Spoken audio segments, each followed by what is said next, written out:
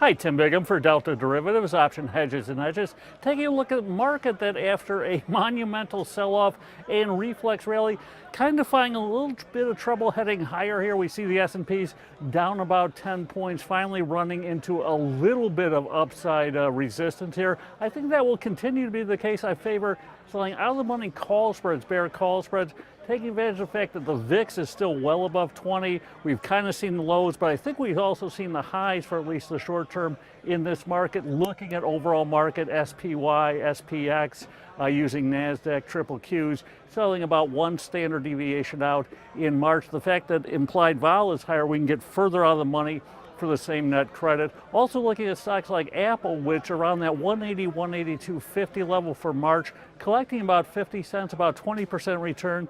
Given that Apple's about 173, we're looking at about a 4% upside cushion on that one as well. A couple of the hot names and not so hot names that I kind of don't like and like. U.S. Steel letter X has had just a massive rally given the rumors of steel tariffs coming out of the Trump administration. I think it's too far too fast, so I'm doing some put diagonals here, buying the March at the money, 46 puts, selling the short-term Feds that expire this week, 44 puts, just looking for U.S. Steel to come back down a little. Stock is up about 41% over the past several weeks here.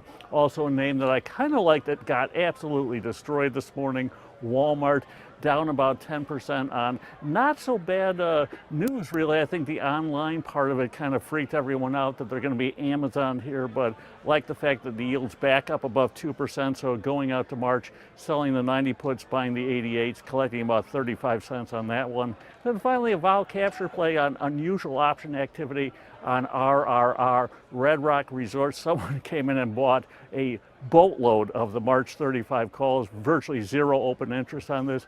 Implied vol went from 35 to almost 50 here, so I'm selling those calls, also selling the March 35 puts, selling the straddle here for somewhere around 360, had been priced around 280. Stock actually went up towards 35. That straddle widened out because of that call buyer, so just looking to collect some very inflated vol premium, positioning fairly neutrally with that call buyer being the trade driver here. So we'll see what happens. Biggest week of debt issuance ever. See how that plays on the market. So until next time, as always, here's a good trading. Take care.